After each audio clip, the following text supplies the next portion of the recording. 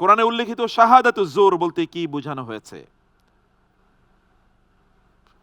Options: ক, মিথ্যা সাক্ষ্য; খ, মুশরিকদের উৎসব অনুষ্ঠানে অংশগ্রহণ; গ, দুনিয়াবি আন্দোলন; ঘ, অনর্থক তর্ক।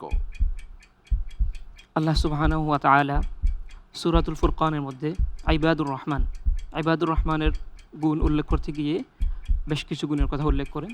আর তখনই এক জায়গায় বলেন ওয়াল্লাযীনা লা ইয়াশহাদুনা আয-যুর, অর্থাৎ তারা মিথ্যা সাক্ষ্য দেয় না। এই আয়াতের উপর নির্ভর করে আমি অপশন হিসেবে বেছে নিচ্ছি ক, মিথ্যা সাক্ষ্য। মিথ্যা সাক্ষ্য আপনি অপশন হিসেবে নিয়েছেন। ওমর রাদিয়াল্লাহু তাআলা বলেছে এটি মুশরিকদের উৎসব অনুষ্ঠান কে বোঝায়,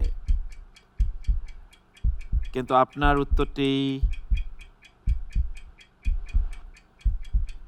উত্তরটিও সঠিক ছিল।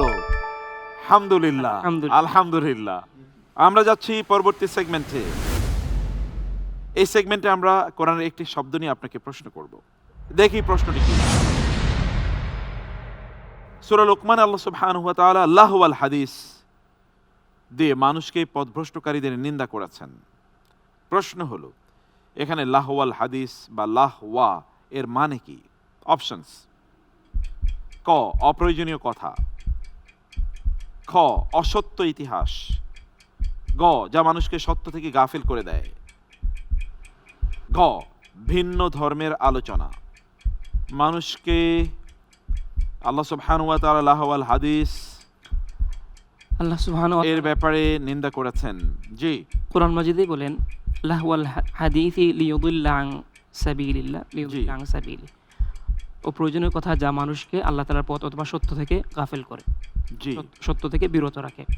সেই অনুযায়ী আমার কাছে মনে হচ্ছে ক এবং গ দুটি সঠিক হতে পারে। ক এবং গ দুটোই সঠিক উত্তর। আপনি কি দুটোই নেবেন না একটি নেবেন?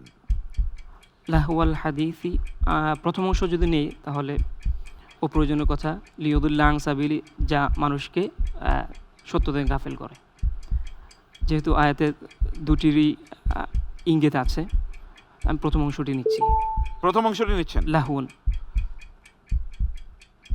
আমরা এক্সট্রিমলি সরি, আপনার প্রথম অংশটি আমরা নিতেই পারলাম না। লাহউন আর লাগউন এর মধ্যে পার্থক্য আছে। লাগউন মানে হচ্ছে অপ্রয়োজনীয় কথা, কিন্তু লাহউন এটি যা সত্য থেকে মানুষকে গাফিল করে দেয়। আপনি ঠিক ছিলেন প্রথমেই, কিন্তু পরে আপনি কনফিউশনে পড়ে গেলেন। আমরা এই উত্তরটি নিতে পারলাম না, অ্যাবসলিউটলি সরি। আলহামদুলিল্লাহ। পরের সেগমেন্ট। এই সেগমেন্টে আমরা কোরআনের স্টোরি বলবো। আপনি স্টোরি এর ইনসাইট মানে ভেতরের কথা আমাদেরকে বলবেন। চলুন প্রশ্নগুলো দেখি।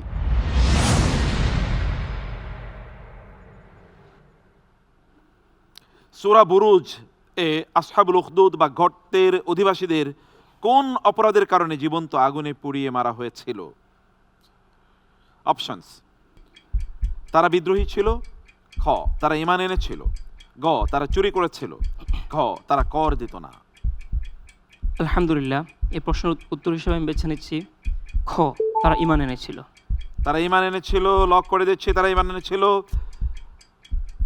Answer is right. আলহামদুলিল্লাহ। আলহামদুলিল্লাহ। এই সেগমেন্টের লাস্ট কোয়েশ্চেন।